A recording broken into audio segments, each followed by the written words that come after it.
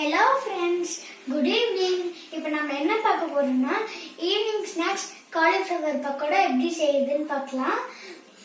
First நாம சுடு தண்ணியில காலிஃப்ளவர் கட் பண்ணி போட்டு ஆற வச்சுக்கலாம். ஏன்னா அதுல சின்ன சின்ன புழுகள்லாம் இருக்கும். அப்புறமா நம்ம கொஞ்சம் மிளகாத்தூள் எடுத்து போட்டுக்கோங்க. அப்புறமா பாருங்க கார்ன்ஃப்ளவர் கொஞ்சம் போட்டுக்கோங்க.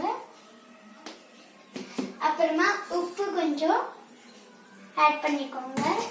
அப்புறம் பாருங்க பெருங்காயம் ஸ்மெல்லுக்காக கொஞ்சம் போட்டுக்கோங்க. அப்புறமா இஞ்சி பூண்டு பேஸ்ட் கொஞ்சம் போட்டுக்கோங்க. அப்புறமா நீங்க நான்வெஜ்ஜா இருந்தா முட்டை கூட போட்டுக்கோங்க உடைச்சி. அப்புறம் பாருங்க ஃப்ரெண்ட்ஸ், உங்களுக்கு புளிப்புக்காக நீங்க லெமன் கொஞ்சம் புளிஞ்சுக்கோங்க. அப்புறமா மட்டன் மசாலா கொஞ்சம் போட்டுக்கோங்க உங்களுக்கு வேணும்னா. அப்புறமா போட்டு கலக்கிக்கோங்க ஃப்ரெண்ட்ஸ். கலக்கிக்கிட்டு இங்க பாருங்க ஃப்ரெண்ட்ஸ், நான் பாண்டல் ரெடியா வச்சிட்டு இருக்கேன் பாருங்க. அப்புறம் நான் இதெல்லாம் எடுத்து வச்சுட்டேன் ஃப்ரெண்ட்ஸ் தேவையானது. அப்புறமா நீங்க எல்லாம் இதெல்லாம் 1 மணி நேரம் நீங்க ஊற வச்சிருங்க.